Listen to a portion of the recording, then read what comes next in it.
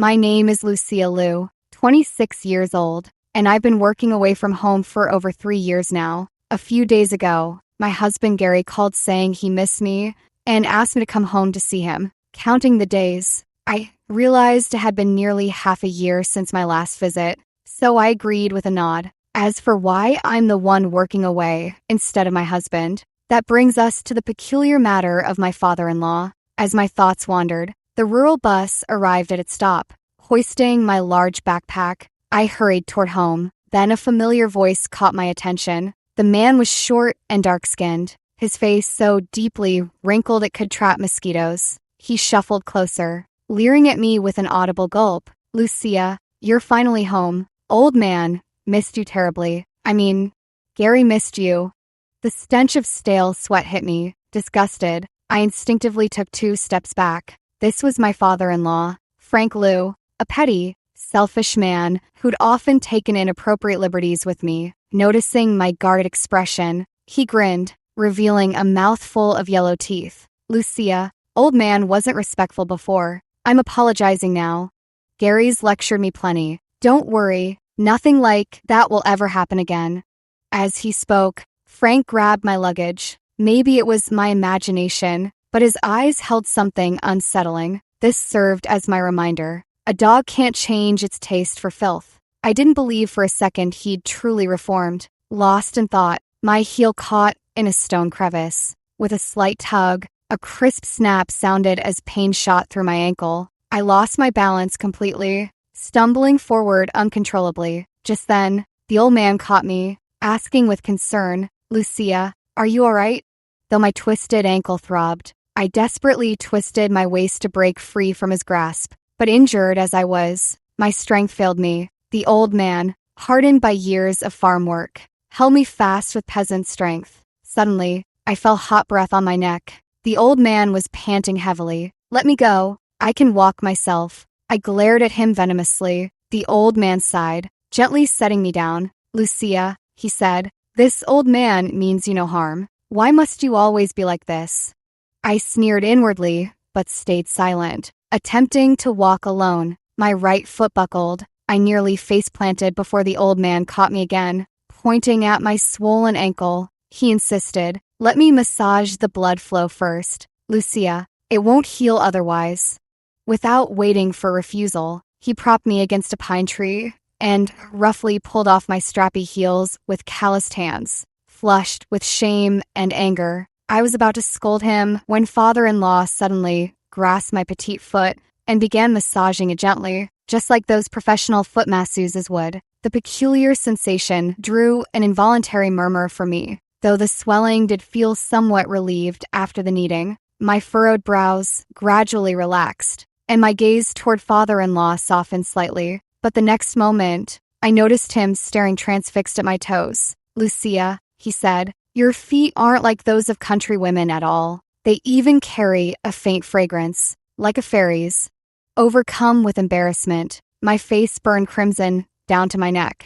Ignoring his suggestive words, I hastily slipped on my heels and hurried home. Yet, intermittently, I could feel scorching gazes boring into my back, as if threatening to melt me. Half an hour later, arriving home at last, I finally exhaled a faint sigh of relief. With my husband's protection, I needn't fear father-in-law's wandering hands anymore. My husband had long been waiting at the doorstep, his face brimming with tenderness and concern. At the first sight of him, my dormant heart stirred restlessly again. These past 6 months, I'd missed him terribly. Each pitch-black night had been interminable and torturous. Yet though isolated abroad, I'd remained steadfast, never entertaining thoughts of betrayal. Despite countless advances from young factory workers, I'd firmly refused them all. I couldn't wrong my husband. I rushed toward my husband and gave him an enthusiastic hug. Whether it was my imagination or not, his body seemed more solid than before.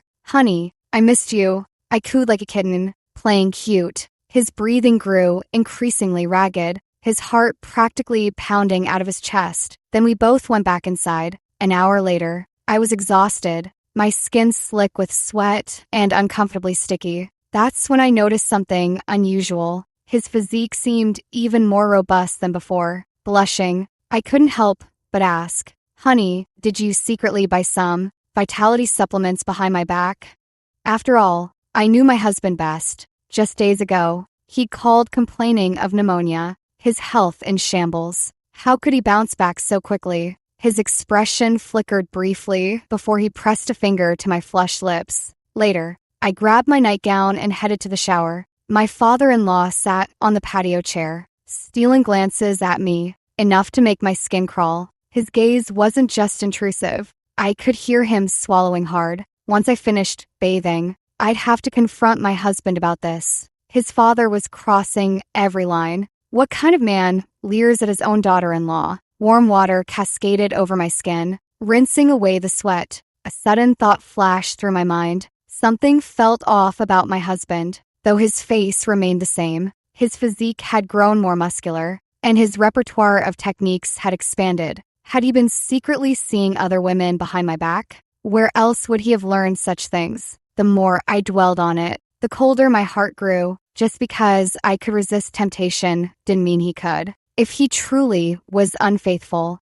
what could I even do about it? The joy of our reunion was now overshadowed by gnawing worry, and my mood plummeted. Yet when night fell and I lay beside him, his embrace was so warm it made me feel at home again. I curled up against him like a kitten and drifted into deep sleep. In the pre-dawn hours, I woke with a full bladder and groped my way to the bathroom, but the bathroom light was already on, and from inside came the unmistakable sound of a man panting. I listened closely. It was my father-in-law. What could he possibly be doing alone in the bathroom at this hour? A sense of dread washed over me as I crept closer. The nearer I got, the louder the sounds became. Peering through the door crack, I witnessed a shameful sight. My father-in-law was secretly using my underwear for unspeakable acts. I stood frozen as if struck by lightning, unable to believe my eyes. Was this still the man I called father-in-law? He was no better than a beast. This discovery filled me with utter revulsion toward my father-in-law.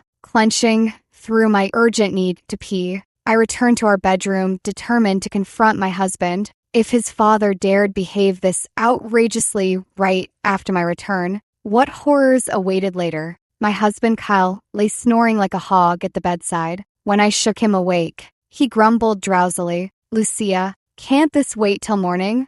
Choking back fury, I hissed the vile truth. "Your father was using my underwear for his disgusting business in the bathroom. Will you do nothing, Kyle?" I expected his usual fiery defense, the immediate shouting matches he'd pick with his father. But he merely yawned, rolling away. "Stop overreacting. Just wash them tomorrow. No big deal." Trembling with rage, I found myself speechless. Kyle's indifference was beyond despicable. All those phone calls claiming he missed me. Was this how he treated his longing? The night stretched endless, my mind tormented by visions of my father-in-law's perverted grin and Kyle's dismissive betrayal. Dawn finally broke. I convinced myself Kyle had fallen out of love. Yet there he was, as always, preparing breakfast before sunrise. "Time for breakfast, sweetheart." His tender care thawed my resentment. Perhaps my harshness last night had provoked him. Today, I discussed his father calmly. I lifted the bowl of mung bean soup and gently took a sip. The taste was oddly rich, thicker than regular porridge, but still pleasantly comforting. At that moment, my husband and father-in-law sat at the dining table, their eyes fixed intently on me. Their gazes kept flickering toward each other in a peculiar, unsettling way. I paid it no mind and continued drinking the mung bean soup. But within minutes, my head grew dizzy and an embarrassingly intimate thought surfaced in my mind. Had it been too long since I'd seen my husband? Was I just missing him too much? My cheeks burned as I gazed at him through half-lidded eyes. "Husband, carry me to the bedroom."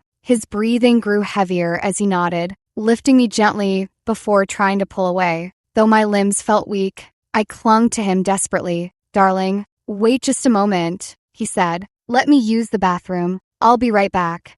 Reluctantly, I released him, left to wait in restless anticipation. Half a minute later, he returned and locked the door behind him. "Husband," I murmured, my voice trembling with need. But instead of rushing to me, He calmly drew the curtains and switched off the light, plunging the room into utter darkness. Huh? Why is it so dark?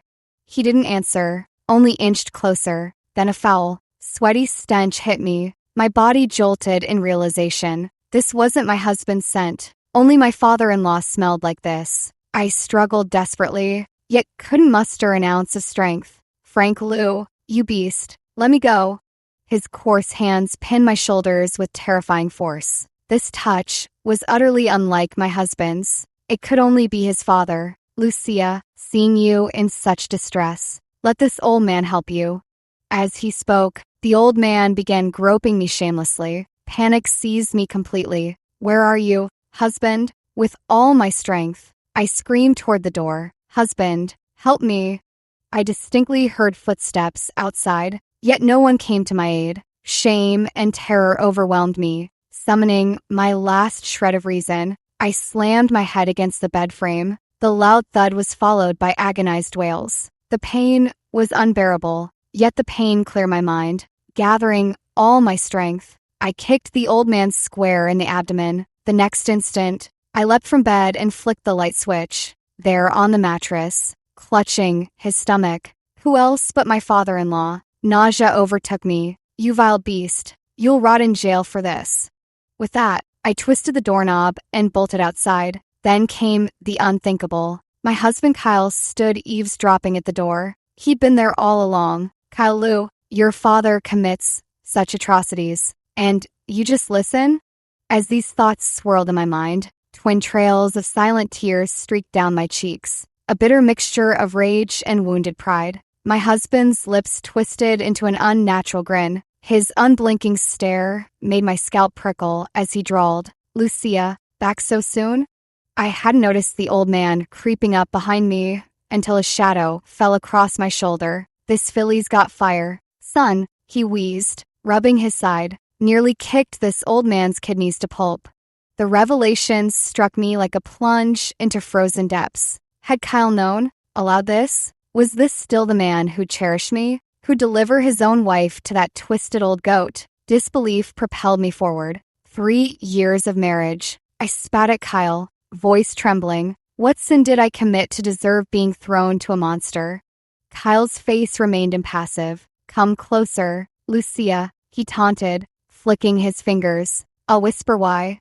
Clenching my jaw, I edged forward. I had to know what corrupted him, but if this explanation fell short, our marriage was dust. How naive I was. His meaty forearm slammed against my mouth before I could scream. Bind her. Pa, he barked. I writhed like a netted fish, his betrayal acid in my ears. Those words, from my husband's lips, within moments, coarse ropes thick as thumbs cinched around me, biting into flesh with every struggle. They threw me onto the bed like a writhing caterpillar, my mouth gagged with a scrap of filthy cloth. Tears welled up in the corners of her eyes, but the sobs caught in her throat. To this day, I still don't understand. Why on earth did it have to happen? Soon, the old man scurried to my side like a randy monkey. Lucia, he panted, had you yielded sooner, you'd have spared yourself this suffering.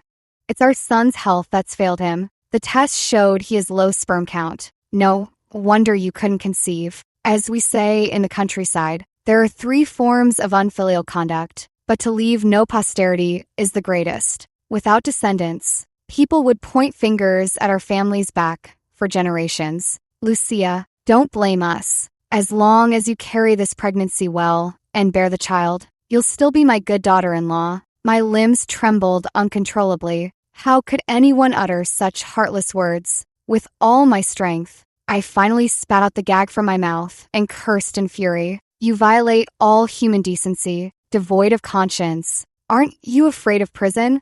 Frank Lou remained unperturbed, his expression calm. In our countryside, failing to carry on the family line is the true abomination against nature. The words were scarcely out of his mouth when he wronged me. Kyle Lou stood silently by, watching without a word. I was nearly hopeless. Yet I looked at him like clutching at the last straw. Husband, save me. We've loved each other for 5 years. If you want a child, we can use advanced scientific methods. Kyle Lu didn't answer me. Instead, he brought in another bowl of congee, saying, "Let's spice it up for her." Frank Lu nodded, then pinched my cheeks and forced the congee down my throat. Only then did I realize the congee had been drugged. My consciousness began slipping away. When I woke, my body felt broken beyond repair. As the drug's effects faded, my mind gradually cleared. Before me lay a pitch-black, filthy room reeking of sour decay. I recognized this place immediately. Our household cellar for storing junk. Once the hatch was locked, no sound could escape, nor could I. Were they imprisoning me here to prevent me from reporting them? Never in my wildest nightmares had I imagined being held captive in my own home, forced to bear my father-in-law's child. And my husband, he'd become a stranger, willing to brutalize me for this twisted notion of fatherhood. A child, a sudden realization made my blood run cold. We'd done our marriage checkup together years ago, both perfectly healthy. We delayed having children because Kyle wanted to save more money for their future. All those times he'd restrained himself during intimacy. This had nothing to do with low sperm count. Ever since our marriage, we've always shown mutual understanding and supported each other through thick and thin. In the past, whenever my father-in-law dared to behave inappropriately toward me, my husband would always stand up for me. How could things have changed so drastically? I simply couldn't believe a person could change so completely. There was only one possible explanation. This man wasn't my husband, yet he looked exactly like my husband. Who on earth was he? Just then, a noise came from the cellar door. Soon, a hideous figure descended the ladder. He was carrying a bowl of food in his hand. "Lucia, you really refuse a toast, only to be forced to drink a forfeit. If you just obeyed me, I wouldn't have had to lock you in this cellar. Now, you'll obediently serve as a breeding tool for me and my son, unless you want things to get much worse for you." As he spoke, Frank Lu moved closer and suddenly wrapped his arms around me. I struggled desperately, refusing to submit, and sank my teeth deep into his arm. He let out a blood-curdling scream. "Damn bitch." Daring to bite me, Frank Lu kicked me square in the chest, sending me flying several meters. I felt like my bones were about to shatter. Only at this moment did I truly understand my predicament. I was utterly at their mercy, like meat on a chopping block. They weren't just violating me. They held my very life in their hands. Clenching my jaw, I forced myself to stay calm. I needed to verify my suspicions, instantly putting on a pitiful act. She trembled and pleaded, "Father-in-law, please spare me. I promise I'll obey you and my husband from now on. I'll do anything you say. This place is too dark. I don't want to stay here." But the old bastard wouldn't budge, grinning to reveal a mouthful of yellow teeth. He sneered, "You filthy whore. Don't think I don't know what you're plotting. Once you escape, you'll run straight to the police station to report us. Won't you?" My heart sank. Escaping the cellar wasn't going to be as simple as I'd hoped. I had no choice but to play along with Frank Lu first and bide my time for an opportunity. Suppressing my disgust, I leaned in closer and cooed, "Frank, I'll do whatever you say." Frank Lu's breathing grew heavier, his rough hands clamping onto my arms like iron vices, squeezing until it hurt. "Frank, take it slow." But with me deliberately playing along, how could Frank Lu resist? Soon his eyes were bloodshot, clouded with lust. Seizing the moment, I tried to coax information from him. "Frank, do I look pretty?" He nodded eagerly. "You're the most beautiful woman I've ever seen in this village." I pressed on. "Kyle was always so dull compared to you. Truly, age brings wisdom and skill. If I'd known sooner how you were, I'd have married you instead of that deadbeat Kyle." Frank Lu laughed even harder. "You're right, Lucia. That little bastard Kyle has indeed become a ghost, still lying in the backyard dirt as we speak. I'm his father. Everything he had came from me. Ungrateful wretch." Hearing this, the tears I'd been holding back burst forth uncontrollably. So Kyle was truly dead. The man claiming to be my husband wasn't him after all. This brought me a twisted comfort. At least the monstrous acts hadn't been his doing. Frank continued, "That coward Jake wouldn't even stand with me. Damned if I know what's wrong with my seed, producing such a weak spine." low sperm count disappointment. So my current husband was called Jake Lou, another of Frank's sons, likely his bastard, given how identical he looked to Kyle. Frank, after I bear this child, will you let me go? I pleaded, looking desperately at my father-in-law. A flash of cruelty crossed his face before he patted my shoulder with false warmth. Lucia, as long as you obey and serve me and Jake properly, we're still family. Once the baby's born, you'll go free.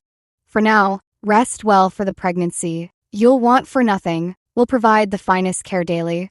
My heart turned to ice. These were nursery tales meant for children. I knew better. Perhaps my death would come the moment this child drew breath. They saw me as nothing more than breeding stock. They'd never let me live after I bore them a child. No matter what, I had to escape. I would avenge my husband and make that disgusting father and son pay. After Frank Lou left, I carefully examined the cellar for any usable tools. To truly escape, I had to strike when Frank's guard was at its weakest. One lethal blow was my only chance. And men are most vulnerable during intimacy. A crude plan began forming in my mind. In the cellar's corner lay a rusted steel rod. My expression hardened as I picked it up and ground it against the floor. The 3-inch length fit snugly in my palm, perfect for concealment. Time blurred until Frank descended again. By then, I polished the rod to a deadly gleam. Luckily, only this lecherous old demon ever came down. Facing both him and Jake would have been impossible. Frank dropped the food container and lunged at me like a starved beast. Missy, you missed me, didn't ya? His muscular arms trapped me. The stench of his sweat made my stomach churn. I feigned resistance, just enough to stoke his hunger. His breathing grew ragged, veins bulging on his flushed face. Playing along, I suppressed my revulsion as his arousal peaked. Then I whispered honeyed lies against his ear. Oh, Frank, I love you. Frank Lou's eyes glazed over, his rationality slipping away. Seizing the moment, I drew out a gleaming steel rod and plunged it into Frank's back. Foul-smelling blood gushed forth as he let out a blood-curdling scream. I immediately wrenched free from his grasp and bolted toward the cellar entrance. You damned bitch. Stop. Frank clutched his wounded chest as he gave chase, but the unstanched blood slowed his pursuit. Frank couldn't possibly catch me now. I finally escaped the cellar and sprinted toward the village outskirts. Thank God Jake wasn't home. Otherwise, I'd have been done for today. As fate would have it, Jake suddenly emerged from a side path, his face dark with rage. He seized my hair violently. Think you can run, you slut? My heart sank. How had Jake appeared here? Frank must have tipped him off. But with many villagers living nearby, I screamed for help, praying someone would intervene. The locals, ever eager for drama, gathered around us, elderly men and women pointing and murmuring. I immediately denounced Jake's crimes. Good neighbors, this man and his father imprisoned me in their cellar, taking turns violating me, trying to make me their breeding stock. I beg you, call the police. The villagers' expressions shifted uneasily, but none spoke up. My heart sank. As an outsider bride in this village, I stood no chance against Frank Lou and his kin. These were their ancestral lands where blood ties trumped reason. Clutching his chest, Frank Lou limped toward me with fire in his eyes. Don't listen to this slut's lies, he spat. We caught this whore cheating, and she stabbed me with rebar when she tried to escape. The villagers turned on me instantly, their accusations raining down like stones. Frank raised his hands in mock humility. Good neighbors, forgive this family disgrace. I'll take this shameless woman home and educate her properly. I scanned the crowd desperately, but met only vacant stares. Not a soul would intervene. In that moment, I felt hell's breath on my neck. Frank and Jake Lou dragged me by my hair across the yard, my tender skin shredded against the dirt, blood blooming like cruel flowers as I gritted my teeth against the pain. Their grip only tightened. You'll learn what real hell is. Lucia, Frank hissed in my ear, his breath reeking of spite. No one wounds me and walks away. Silently, I prayed to my late husband's spirit, begging for deliverance from this nightmare. At that moment, a piercing police siren suddenly tore through the air like a rainbow splitting the darkness, capable of dispelling all evil in this world. The villagers fell into chaos, and I saw panic flash across Frank Liu and Jake Liu's faces. The police quickly surrounded the area, and Frank and Jake immediately released their grip on my hair. Frank Liu attempted to play the victim first. "Officers, I caught my daughter-in-law having an affair. She even stabbed me with a steel rod." He pointed to the wound on his right chest, putting on a pitiful act. But the officers weren't so easily fooled. "Someone just reported you for attempted murder and unlawful imprisonment of a woman. You're all coming with us for questioning." My eyelids grew heavy with relief. I was finally saved. When I escaped the cellar, I'd run into Annie Wong at the village entrance and used her phone to call the police. Confronted with irrefutable evidence, Frank and Jake Liu had no room for excuses. The police unearthed my husband's body buried in the backyard. Tears poured down like rain. This man, who'd always protected me, had been murdered by his own beast of a father. Frank Liu wasn't fit to be called a father. He belonged in the deepest pits of hell. Under police interrogation, Frank and Jake Liu confessed to their crimes. He was an absolute monster through and through. He'd been lusting after me since the day I married into this family. But before, my husband had always protected me, never allowing Frank Liu to lay a hand on me. Yet the more Frank Liu was denied, the more twisted his mind became. One day, because of me, he got into an argument with my husband and ended up murdering him in cold blood. Fearing his crime would be exposed, he summoned his bastard son Jake Liu to impersonate Kyle Liu, luring me back as part of his vile scheme to assault me. Using me to continue the family line was just an excuse. What he truly craved was possession, feeding his depraved desires. In the end, Frank Liu and Jake Liu were sentenced to death for intentional homicide, rape, and abuse. This heinous crime, one that outraged both heaven and mankind, finally met its reckoning. I still remember clearly my husband's last message to me before he died. "Don't come back."